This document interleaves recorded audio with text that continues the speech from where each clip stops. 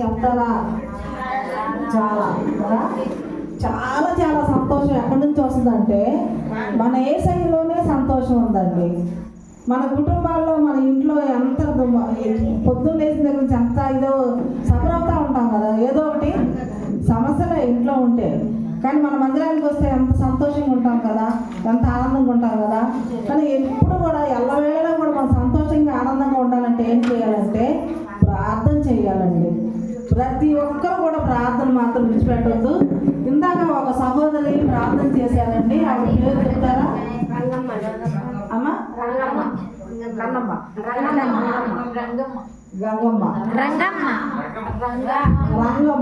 Okay okay. అయితే మరి ఆ సిస్టర్ గారు ఆ సహోదరి ప్రార్థన చేసింది, ఎంతమంది కన్నీరు గార్చి ప్రార్థన చేసింది. దేవుడు యేసయ్య చెప్పాడు కదా, అడుగుడే ఇవ్వబడును అని. మరి మనం యేసయ్యని అడగాలి కదా, యేసయ్యని అడిగితే కదా మనకి ఇచ్చేది ప్రతి ఒక్కటి మన కుటుంబాల్లో శాంతి సమాధానం కావాలన్నా యేసయ్యని అడగాలి, మనకు ఆరోగ్యం కావాలన్నా యేసయ్యని అడగాలి. మరి రంగమ్మ గారు రోజు వీలైతే మందిరానికి వచ్చి ఒక్క అరగంట మీరు ప్రార్థన చేసినట్లయితే మీ వెనక చాలా మంది వస్తారండి. మీ ప్రార్థన దేవుడు ఆలకిస్తాడు. మీ కన్నీరు బుడ్డిలో దాచబడుతుంది అన్నమాట. ఎంత కన్నీరు ప్రార్థన చేసిందండి, తను అందరి కొరకు ప్రార్థన చేసింది కదా, బిడ్డలు లేని వారి కొరకు, అత్త కోడళ్ళలో సమాధానం ఉండాలని. మరి ఎప్పుడైతే ప్రార్థన చేస్తామో దేవుడు ఆలకించే దేవుడు, సహాయం చేసే దేవుడు. అడుగుడు ఇవ్వబడు అన్నాడు. అంతేకాదు వెదకుడి దొరకను అని చెప్పాడు కదా. ఏం వెతకాలి? మనం దేవుని వెతకాలండి. దేవుని వెతకాలంటే మనం ఏం చేయాలి? పరిశుద్ధమైన బైబిల్ గ్రంథం తీసుకొని ఆదికాండం నుంచి మనం చదువుకుంటూ ఉండాలి. మనకు అర్థం కాని విషయాలు పాస్టర్ గారు వచ్చినప్పుడు ఆయన అడిగినా, మా లాంటి వాళ్ళు వచ్చినా మేము చెప్తాం అన్నమాట. అయితే మరి ఆ ప్రార్థన అనేది మీరు అందరూ చేసుకోండి. ఇక్కడ నుంచి ఇంట్లో బయటకు వెళ్ళినప్పుడు, లోన్కి వచ్చినప్పుడు, లేకపోతే స్కూల్కి వెళ్ళినప్పుడు, కాలేజీకి వెళ్ళినప్పుడు, చిన్నపిల్లలు కానీ అన్నం తినేటప్పుడు, మరి ప్రభా మాకు మంచి ఆహారం ఇచ్చా నీకు వందనాలని చెప్పుకోండి. ఆ రోజు మీ మమ్మీ పచ్చడే చేస్తుంది అనుకుందాం, తెల్లారి బిర్యానీ వండి పెట్టుద్ది. ఇది మాత్రం నిజం, నా అనుభవం. ఒకరోజు ఇట్లాగే ఇంట్లో డబ్బులు లేక పచ్చడి చేశా. ప్రభా నా దగ్గర డబ్బులు లేవు, పచ్చడే చేశాను, మా పిల్లలకి పచ్చడి పెట్టాలంటే ఏం చేయాలి ప్రభా అన్న. తెల్లారి వాళ్ళ డాడీ బిర్యానీ వండే పిల్లలకి మటన్ బిర్యానీ వండాలి అన్నీ తీసుకొచ్చారు. ఎందుకంటే నాకు 6 పిల్లలు, 5 అబ్బాయిలు, ఒక్కతే పాప. అయితే మరి అంతమంది పిల్లలని మరి అందరిని చదివించాను నేను. మా సినిమాలు తెలియదు, చికాకులు తెలియదు, షోకులు తెలియదు.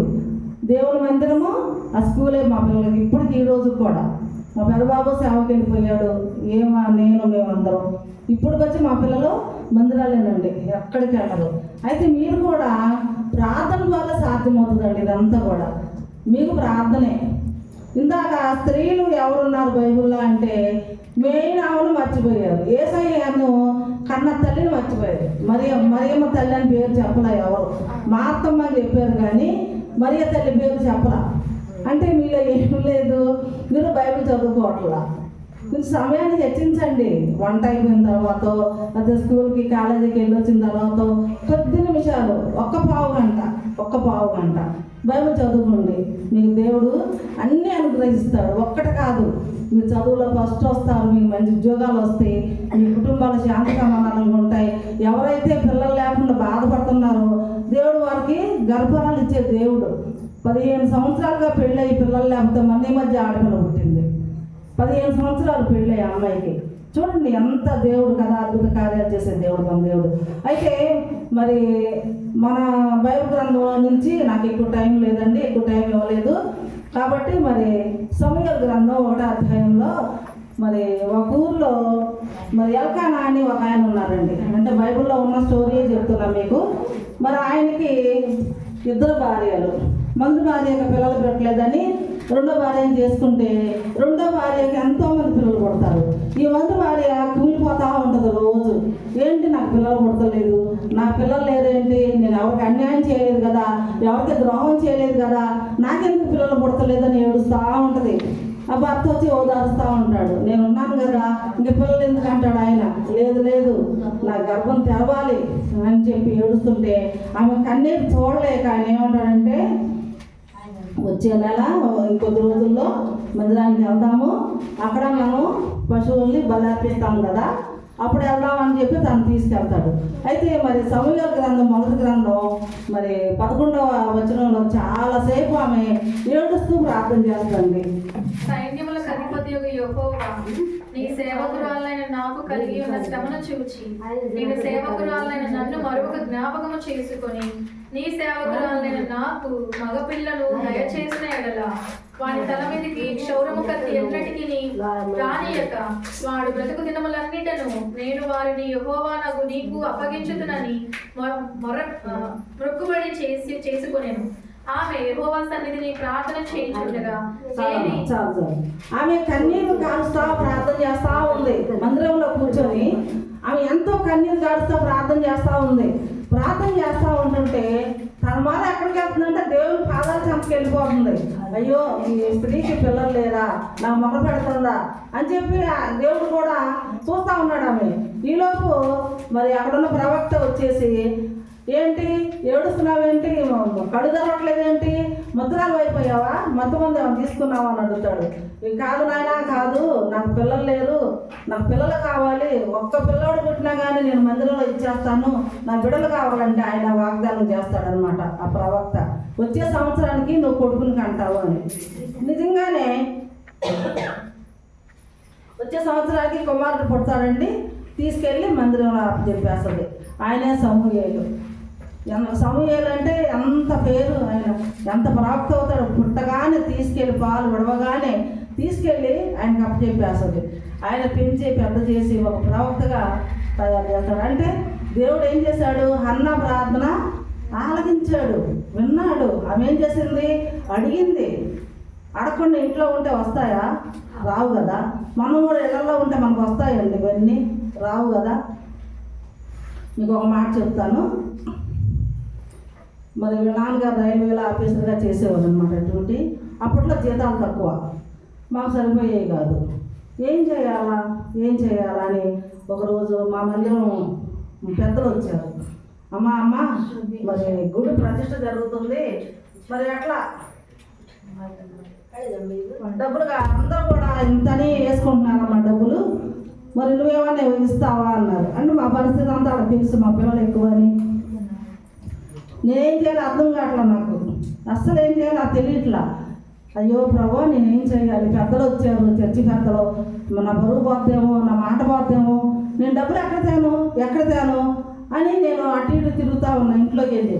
అప్పుడు ఒక అంకుల్ అన్నారు, అమ్మా నీ దగ్గర అంత ఉంటే అంతే ఇవ్వరా, 100,000 మేము ఇవ్వద్దు అన్నారు. డాడీ పొద్దున్నే వెళ్తా ఒక 20 రూపాయలు ఇచ్చారు. అప్పట్లో 20 రూపాయలు అంటే ఇప్పుడు 2,000 లెక్క. నేనేం చేశానంటే గబగబా తీసేసి ఆయనకి ఇచ్చేసా. అంకులు నా దగ్గర ఇవే ఉన్నాయని ఇచ్చేసేటప్పటికి ఆయన సరే అమ్మా ఏమైంది పర్వాలా అని చెప్పి సంతోషంగా వెళ్ళిపోయారు వాళ్ళు. నేనే మదన పడుతున్నా, అయ్యో నాతో పాటు వాళ్ళంతా స్త్రీలంతా కూడా 100 ఇచ్చారు, నేను 20 రూపాయలు ఇచ్చాను, వీళ్ళు వెళ్ళి ఆడ చెప్పిన బరువు తీస్తారేమో అని దేవుడు తను ప్రార్థన చేస్తా ఉన్నా. ప్రభా ఏంటి నాకు ఈ పేదరికం, ఏంటి ప్రభా నాకు ఈ పేదరికం అని ప్రార్థన చేస్తూ ఉంటుంటే తెల్లారి వాళ్ళ నాన్నగారు డ్యూటీ నుంచి నవ్వుతూ వచ్చారు ఇంటికి. మామూలుగా అయితే అప్పుడు సీరియస్గా వస్తాడు ఆయన, ఎందుకంటే కష్టపడి మగోళ్ళు రాగానే భార్య మీద సీరియస్ అవుతారు. మనమే దొరుకుతాం వాళ్ళకి లోకుగా, ఇంకెవరు దొరకరు. కాబట్టి ఏంట్రా బాబు ఈ టైంలో వచ్చారు, నవ్వుతున్నాడు మనిషి అని నేను కూడా నవ్వకుండా ఊరుకున్నా. గమనం తలుపులేస్తుంటే నాకు అర్థం కాల, ఏంటో తలుపులేస్తున్నారు అనుకున్నాను. ఈ జేబులో నుంచి ఇంత డబ్బు మంచం మీద పోసేసారు. అమ్మో ఏంటి ఇంత డబ్బులు ఎక్కడేంటి అసలు ఇంత డబ్బులు ఎక్కడి నుంచి ఎలా వచ్చినాయి అని నేను అంటున్నా. నువ్వేం భయపడబాగు, నేనేం దొంగతనం చేయలేదు, వ్యవసాయం ఎత్తుకు రాలేదు, రైల్వేలో నాకు లోన్ ఇస్తారు, అందుకే నేను డబ్బులు వచ్చినాయి అన్నారు. నేను ఇచ్చింది ఎంత అండి వాళ్ళకి, 20 రూపాయలు. నాకు దేవుడు ఎన్ని వేలు ఇచ్చాడు తెలుసండి, నాకు గుర్తులేదు కానీ చాలా డబ్బులు వచ్చినాయి. ఆ డబ్బులతో వెంటనే మా పిల్లలందరికీ కూడా, నా కొడుకులు ఇప్పుడు లాయర్లు అండి, ముగ్గురు లాయర్లు, ఏవో పెద్ద చదువు ఎంకామ్ MBA కలెక్టర్ కావాలని కోచింగ్ ఇప్పించాం. ఎంత డబ్బు కట్టి ఉంటాం చెప్పండి, అవి వచ్చే ఒక్కడి జీతం మీద. కానీ అడుగుడే ఇవ్వబడును, నేను చెప్పేది అదేనండి. అడుగుడే ఇవ్వబడిన రీతిగా మీ కుటుంబాలు ఏది అవసరమైతే కూడా మీరు అడగండి, దేవుణ్ణి ప్రార్థించండి. ప్రార్థన చేస్తే ఏది కూడా దేవుడు ఇవ్వకుండా ఉండడు. అంతేకాకుండా రెండవది వెతకండి. ఎస్తేరు గురించి తెలుసు కదా, మీ స్టోరీ తెలుసా? ఎస్తేరు స్టోరీ కదండి. తల్లి లేదు, తండ్రి లేడు, అయినప్పటికీ కూడా తన పెదనాన్న కొడుకు మొద్దుకై అన్న తను పెంచి పెద్ద చేస్తాడు. అదంతా అందగట్టి కదా. అయితే రాజుగారు పెళ్లి చేసుకోవాలి అనుకున్నప్పుడు ఈమెను కూడా వచ్చి మొద్దుగా అంటాడు, అమ్మ నువ్వు కూడా రాజమందిరానికి వెళ్ళు, నీకు కూడా పెళ్ళి అయితే బాగుంటుంది, రాజుగారు నేను ఇష్టపడి చేసుకుంటారేమో, దేవుడికి నేను ప్రార్థన చేస్తున్నా, నాకు ప్రేరేపణ వచ్చింది, నేను పంపమని దేవుడు నాకు చెప్తున్నాడు అమ్మ. చెప్పినప్పుడు సరే అన్న, నీ మాట ప్రకారమే నేను వెళ్తానని చెప్పి తను బయలుదేరి వెళ్తుందండి. అంటే వెళ్ళేటప్పుడు ఆమె ఏం చెప్తాడంటే, మనం ఎక్కడి నుంచి వచ్చామని కానీ, మన కులం కానీ, మన గోత్రం కానీ, ఏ ఊరు నుంచి వచ్చే విషయాలు ఏం చెప్పొద్దు, మాకు తెలియదు, మా పెద్దోళ్ళు చూసుకున్నారని ఒక మాట చెప్పంటారు. అదే రీతిగా ఎస్తేరు వెళ్తుంది. రాజమందిరానికి వెళ్ళినప్పుడు తను రాజు ఇష్టపడతాడు, తన భార్యగా స్వీకరిస్తాడు, కిరీటం పెడతాడు, ఆమె రాణిగా ఉంది. అయితే ఎందుకు రాణిగా దేవుడు ఏర్పాటు చేసుకున్నాడంటే, వీళ్ళ యొక్క జాతిని, వాళ్ళని అసలు ఎవరినిట్లా పన్నులు కట్టలేదని కొట్టడం, చంపేయడం, వీళ్ళైతే జైల్లో వేయటం.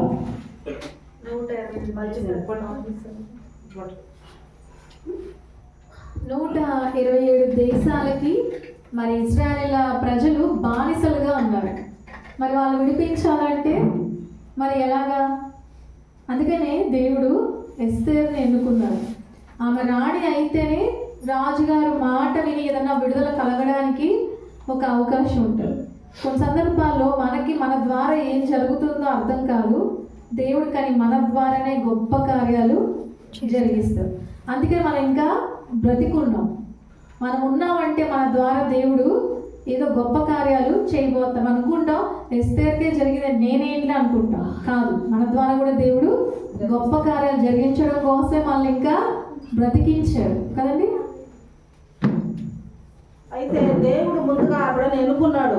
ఎన్నో వందల మందిని కాపాడటానికి దేవుడు ఆవిడని ఎన్నుకున్నాడు.